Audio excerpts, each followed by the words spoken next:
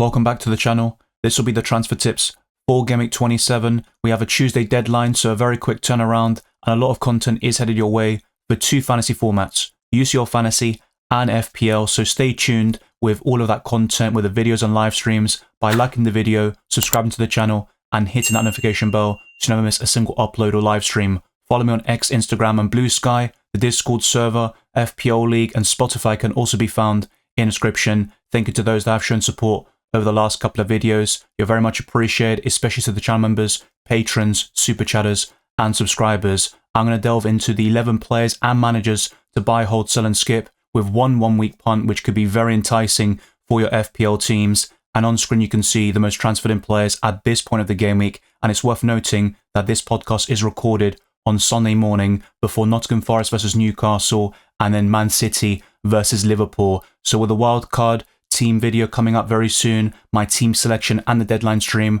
they'll have even further updates after the Sunday matches, and it will also give you the conclusive and definitive coverage for Gameweek 27. The most transferred in player at this point of the game week is Matheus Cunha, who got 16 points against his upcoming opponent in the reverse fixture. It is quite tough on paper facing Fulham, but I still think Matheus Cunha is fixture proof. And you look at Wolves' upcoming games, they are very promising, and that includes Blank Gameweek 29 when Southampton away is Wolves' opponent. So I think Cunha is a great acquisition, not just for the next 4 game weeks, but also until Gameweek 34. Wolves are top of the fixture difficulty rating as addressed in my reaction stream yesterday. Cunha's ownership is rising steadily. It's currently 11.8%, and it would not surprise me at all if it did creep up to around 20% by the time we get to Gameweek 29, perhaps even to 25%. He has 13 goals and 4 assists for the season, 33 bonus points, and guess what he did this weekend against Bournemouth? He scored and got maximum bonus points. That's simply what he does. That is the definition of a talismanic figure, and I think he's by far the best Wolves asset. That's 135 points for the FPL season. I just think Cunha has some decent underlying stats, not the greatest in particular. I think he's a bit similar to Chris Wood, where he's kind of defying the mathematicians and the stats and the XG merchants, because his XG is only 5.93, yet he has 13 goals for the campaign. His expected assists is 4.75, with 12 big chances created, only 5 big chances for himself, and 43 key passes. So I think what the stats would suggest is that Cunha is maybe due some more assists in the upcoming weeks and months, but there is a lack of quality in terms of the other Wolves players, but he certainly got it himself, and that's why he's scoring so many goals and accumulating all those bonus points. I think Matheus Cunha is a very easy purchase. I highlighted him in last week's video, and not just for the transfer tips, but also in the wildcard team, and I think Cunha undoubtedly makes it this time round. Since Jarrod Bowen made his return in Gameweek 24, that's 2 double-digit hauls against Chelsea and Arsenal, both away from home, and I think he is one of the most underrated players in terms of those outside the kind of big six, so to speak. And Jarrod Bowen does have some appealing fixtures in the short term. I'm not a big fan of West Ham assets beyond Gameweek 27, to be fair, but I think Jarrod Bowen is definitely the best option you can buy from the Hammers. And in Gameweek 29, despite Everton's resurgence, you could still see Jarrod Bowen having a chance to score or assist in that particular game. So I just think Jarrod Bowen ticks a lot of boxes. You've got decent short to medium term fixtures, and also he doesn't blank in Gameweek 29. The next game is really appealing, to say the least, against Leicester City. I would argue that Jarrod Bowen is in the top 10 captaincy options, which I also highlighted in my reaction stream, and I'll delve into that in upcoming videos and podcasts as well. Bowen has 7 goals and 6 assists for the season, an XGI figure of 10.55, and 112 FPL points, which is more than the likes of Anthony Gordon, for example, despite playing way fewer minutes. His ownership is also very low at 3.3%, and that price tag could go up fairly soon to 7.4 million, but it currently stands at 7.3. I think Bowen is a decent purchase. The underlying stats are decent, 10 big chances, 40 key passes, and his XG is 5.82, but just like Matheus Cunha, for example, he's a quality finisher who will kind of overperform that particular stat more often than not. And I think if you want to go for any West Ham asset, Jarrod Bowen is the one to go for. Not everyone watching will be planning to navigate Blank Gameweek 29 without the use of the free hit. Some of you watching might be activating that particular chip very soon, or maybe you've got a very strong basis and foundation where you can buy someone like Munoz this week and then bench him for 29 and still have a full 11 out for that blank. But I just think Daniel Munoz until Gameweek 32 is a very good purchase. He's by far the best Crystal Palace defender, and the two Eagles standouts, so to speak, would be Mateta and the Colombian at the back. You've also got Henderson in goal. He's a decent choice between the sticks. Lacroix, Mark Gay, they're all fairly solid, but Daniel Munoz is worth the extra millions, and overnight, he rose to 4.9 million. He scored against Fulham in that 2-0 win, and that's 3 goals and 4 assists for the season, and 24 shots inside the box for a wing-back is simply insane, but he gets into these really advanced positions, and that's why you've always got the threat of a goal or an assist, and also some bonus points. That's also over 100 FPL points for the season, courtesy of his massive return in Gameweek 26, and his ownership is slowly rising. It's currently 8.1%, and I think it could reach 10% fairly soon. The only downside to this is that he blanks in Gameweek 29, so for those that are in a pretty precarious situation for the blank already, you might want to kind of save this transfer until Gameweek 30. But for those that really have no issue of buying Crystal Palace, Aston Villa, Liverpool, and all these assets that blank in 29, I think buying Daniel Munoz, specifically in Gameweek 28, would be a great purchase. Several months ago, I described Bryan Mbeumo as a season keeper, and that might remain the case, but I think he's more of a hold than a purchase right now, because you look at the short-term fixtures, they're pretty decent, but when you also look beyond Gameweek 30 and it starts with a trip to Newcastle, I just don't think Brentford assets will offer that guarantee of great fixtures in the long term and also consistent output, even from Mbeumo, who has been fairly underwhelming recently until that massive haul against Leicester City on Friday night with a goal and an assist, producing 14 points in the process. But Mbeumo has the underlying numbers, he's got the output on penalties, and I just think he's still a decent purchase for those that want to go there, but I think he's more of a hold than a buy. Let me know your thoughts down the comment section below. It is Everton at home next, followed up by Aston Villa and Bournemouth in that blank game week, but then you've got some tough games coming up, like Newcastle, like I mentioned. Even Chelsea could be fairly challenging, although Brentford at home would still fancy themselves in that particular game. But then you've got Arsenal away, Brighton at home, Nottingham Forest away, and Man United at home. Maybe I'm looking too much in the FDR, and Mbeumo is still a good purchase for those specific game weeks, but I think Mbeumo is more of a hold right now, and that's what I said about Vissa last week, although he also got a decent return against Leicester City. Mbeumo has 16 big chances, 12 big chance created, and 50 key passes with 56 shots overall. So any stat you read out in terms of goal scoring or creativity is going to be very impressive. And Mbeumo remains the best Brentford asset. And if you want a midfielder who can be a season-long keeper, he could be the solution until Gameweek 38. Despite being the most expensive defender in the game and blanking in Gameweek 29, I think Trent Alexander-Arnold is worth holding on to with 3 home fixtures over the next 3 games that Liverpool have to play. And even beyond that, they've got good fixtures after blank Gameweek 29. So I think Trent is worth holding on to if possible. But I understand if you decide to sell him, spread the funds around, and also go for another blank Gameweek 29 player who features in that particular game week. Trent's ownership remains very high, so he's a 10-play option at 32.8%. 2 goals, 6 assists, 14 big chance created, and 121 FPL points. But remember, this is all recorded before Liverpool's clash at the Etihad versus Manchester City. And it's worth noting that Trent, against his upcoming opponent Newcastle, has 1 goal, 6 assists, and Liverpool are unbeaten in that time frame with 7 wins and 3 draws. So Liverpool love to play against Newcastle. That will be the Carabao Cup final, probably unfortunately for the Toon there, but Trent, I think, could be a nice captaincy option over the next 2 game weeks against Newcastle and Southampton. He is sellable or benchable in Gameweek 29. I completely get that, but if you are to make such a move, I'd recommend keeping Trent for the next 2 game weeks and then selling in Gameweek 29. But if it isn't an issue to either bench Trent or just free hit in blank Gameweek 29, I think the best solution is to keep Trent Alexander-Arnold in your FPL team. I would argue that from now until the end of the season, Matt Sells is the best goalkeeper in Fantasy Premier League, despite the next 2 fixtures looking quite tough on paper against Arsenal and Manchester City. I am backing Nottingham Forest to keep 1 clean sheet in those home matches, and I think a 2-0 win on Wednesday is very likely. In blank Gameweek 29, Nottingham Forest have a trip to Ipswich Town, which looks very decent on paper, and from that point onwards, they have great fixtures to round off the season. Sells has 83 saves and 10 clean sheets for the campaign, with 9 bonus points, only bettered by Jordan Pickford amongst goalkeepers, and 110 FPL points before that Newcastle match on Sunday. So I think Matt Sells is worth holding on to, and from Gameweek 29 onwards, if you are in the market for a goalkeeper, I'd be looking to buy Matt Sells between the sticks.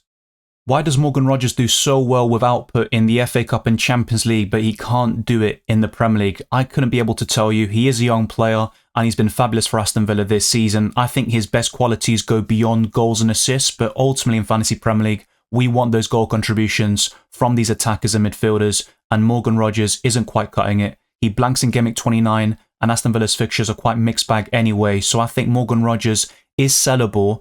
But I would argue that the best time to sell him is Game Week 29 still, because I still think, I don't know why, that he's going to produce a return against one of Crystal Palace or Brentford. But is it worth keeping a player through all these blanks? Let's not forget, he has blanked in 6 Premier League games in a row now, which is terrible to say the least. But I think a return is coming, so it would be absolutely typical for people to sell Morgan Rogers this week, and he ends up producing a massive return. And I think he can do it against Crystal Palace. My current prediction is a 3-2 thriller in Palace's favour, but I will put my final prediction in the deadline stream on Tuesday. Ultimately, Morgan Rogers is a sell. That's why he is in this list, but I would just say the best time to do it might be in Game Week 29 instead of right now. He has 6 goals and 5 assists for the season, 8 yellow cards, so he's still a suspension risk. If he picks up 2 more yellow cards to reach that 10 yellow card threshold before Aston Villa have played their 32nd league game, Morgan Rogers will serve a 2-game suspension. So that is still a big risk, and that's why I think he's just a very easy sell in the long term. He's also got over 100 FPL points, but it doesn't seem like it with all those blanks in quick succession, and his underlying numbers are decent for a budget midfielder, but nothing spectacular. 9 big chances, 8 big chance created, and 36 key passes. To be fair, in terms of the big chance and stuff, that's pretty impressive, but the XG 4.34, it's nothing really to be absolutely ecstatic about. Ultimately, Morgan Rogers is someone worth selling with the blank in Game Week 29 and the suspension risk looming over him, and ultimately, he's not producing the goals and the assists as much as we'd want him to.